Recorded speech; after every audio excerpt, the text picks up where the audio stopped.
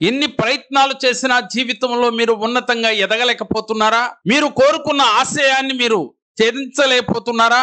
ఒక్కసారి కేరళ సంఖ్యా జ్యోతిషాన్ని సందర్శించండి. మీ జీవితం అద్భుతంగా మారి తీరుతుంది. ఓం నమ శివాయ. శ్రీమాత్రే నమః.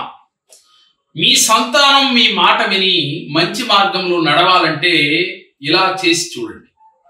సహజంగా దానం కొద్దీ బిడ్డలు, పుణ్యం కొద్దీ పురుషుడు అని చెప్పి మన పెద్దలు చెప్తూ ఉంటారు.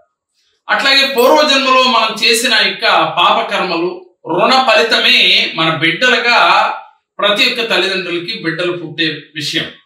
కాబట్టి వారి వల్ల మనం బాధపడుతున్నాము అంటే కారణం పూర్వజన్మలో మనం రుణం చేసి ఉంటే ఆ రుణగస్తులే బిడ్డలుగా పుట్టి దాని యొక్క వడ్డీ రూపంలో వీరు మనల్ని బాధ పెడుతూ ఉంటారని చెప్పి మన గ్రంథాలు తెలియజేస్తూ ఉన్నాయి. కాబట్టి బాధపడకుండా దాని నుంచి బయటపడే మార్గాన్ని ఎతకాలి. అప్పుడు మీరు ఈజీగా బయటికి రావడానికి అవకాశాలు ఉంటాయి. నా పిల్లవాడు నా మాట వినటం లేదు, నా పిల్లలు ఎన్ని చెప్పినా కూడా చదువులో రాణించటం లేదు అని మానసికంగా బాధపడే ప్రతి తల్లిదండ్రులకి గుర్తించుకోవాల్సిన విషయం ఏంటి అంటే, ఈ జన్మలో చేసిన కర్మ కాదు, ఇది పూర్వజన్మలో మనం చేసుకున్న కర్మ యొక్క ఫలితమే అని గుర్తించి అది రుణ ఫలితము అని గుర్తిరిగి మీరు దాని నుంచి బయటపడే మార్గాన్ని ఎతకాలి. అంతేగాని నాకే ఎందుకు జరగాలి, నా పిల్లలే ఇలా ఎందుకు చేయాలి అని బాధపడటం వల్ల మనం అనారోగ్య సమస్యలకు గురవుతారు అనే సత్యాన్ని ప్రతి ఒక్కరూ గుర్తెరగాలి. మరి బిడ్డల వల్ల ఇలాంటి ఆనందాలు పొందేవాళ్ళు చాలా మంది ఉంటారు. వారు చేసుకున్న పుణ్యం అని గ్రహించి వారికి అలా జరిగింది, నా పిల్లలు వినటం లేదనే ఆలోచన మీలో రాకుండా ఆ క్షణమే మీరు మీ పిల్లలతో ఇలా చేయించి చూడండి. గత జన్మ కర్మలు తొలగి మీ పిల్లలు మీ మాట విని మీకు అనుకూలంగా మారతారు. మీరు చేయవలసింది ఏమిటి అంటే, అవకాశం ఉంటే శివాలయానికి తరచూ తీసుకువెళ్తూ ఉండండి. అలాగే శివాలయంలో సాయంత్రం సమయంలో డంకారామం వినపడతా ఉంటుంది. అది వినే ప్రయత్నం మీ పిల్లలు తీసుకెళ్లి చేయించే ప్రయత్నం చేయండి. అది వినే అవకాశాన్ని కల్పించండి. దీనితో పాటుగా శివాలయం దగ్గర గనక ఎవరైతే భిక్షగాళ్ళు ఉంటారు కదా, వారికి దుప్పట్లు మీ పిల్లల చేత లేక మీ భర్త చేత ఇప్పించండి.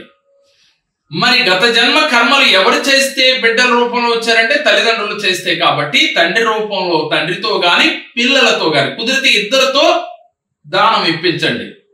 దీనితో పాటుగా మీరు కలబందని మీ గుమ్మానికి కట్టి చూడండి. అది కట్టడం వల్ల నెగిటివ్ ఆలోచనలు మీకు ఇంట్లోకి రానివ్వకుండా అది కాపాడుతూ ఉంటుందని సైంటిఫిక్ గా మనం చెప్తూ ఉన్నాం. దీనితో పాటుగా ప్రతి నిత్యము కూడా మీ పిల్లలతో ధ్యానం చేయించే ప్రయత్నం చేయండి. అవసరమైతే ధ్యాన మందిరాలకు తీసుకువెళ్ళండి. వారిని ధ్యానం చేయడం అలవాటు చేసే ప్రయత్నం మీరు చేయండి.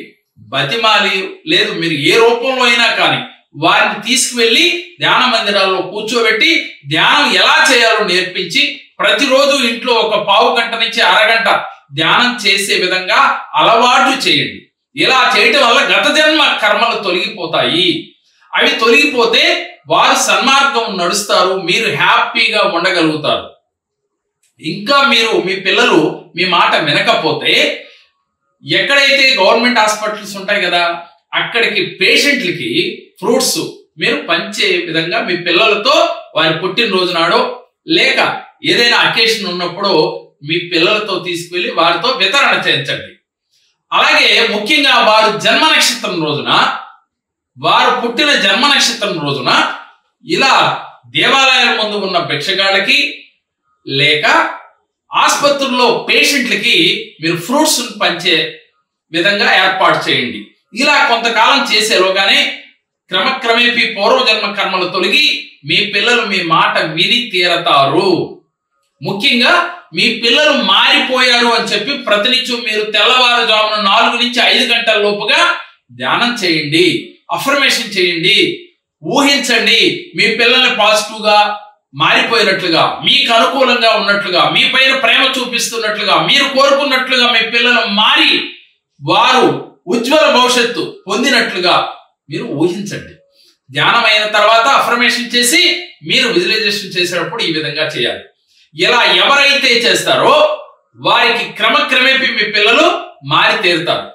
10 రోజులకు మారలేదని కంగారు పడకండి. నెల రోజులు, 90 రోజులు, అవసరమైతే 180 రోజులు చేసి తీరండి, తప్పకుండా మారి తీరుతారు. ఎంతో మంది పిల్లలు మా దగ్గరికి వచ్చినప్పుడు వారి తల్లిదండ్రులతో ఇలా చేయించి పిల్లలు మారారు, వాళ్ళు నెంబర్ 1 గా చదువుతున్నారు, వారి అలవాట్లు చెడు అలవాట్లు మానుకుని వాళ్ళు చాలా హ్యాపీగా తల్లిదండ్రులతో ప్రేమగా ఉంటున్నారు అని చెప్తూ ఉన్నారు.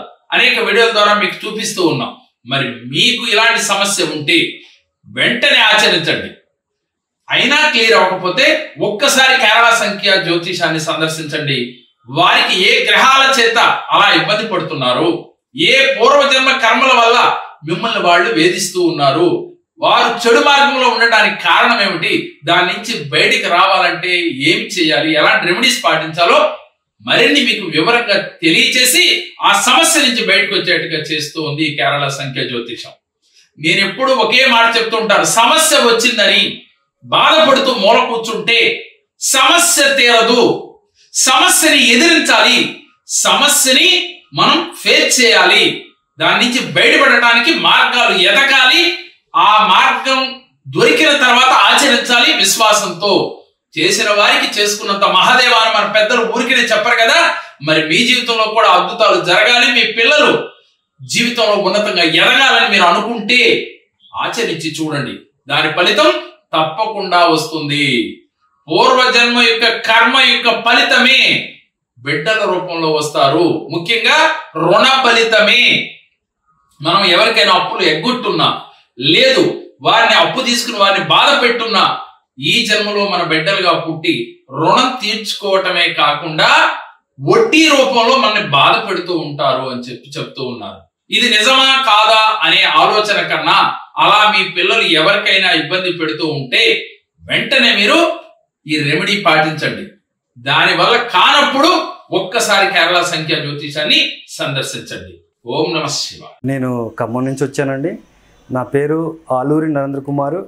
గత 14 సంవత్సరాల నుంచి నేను చాలా ఇబ్బంది పడుతూ, నాలో నేను కుంగిపోతూ, నాలో ఇదవుతూ ఉన్న సమయంలో నా చేతిలో రూపాయి కూడా లేని పరిస్థితిలో అప్పు తీసుకొని జేకే గారి దగ్గరికి ఎలా వచ్చానో నాకే తెలియదు.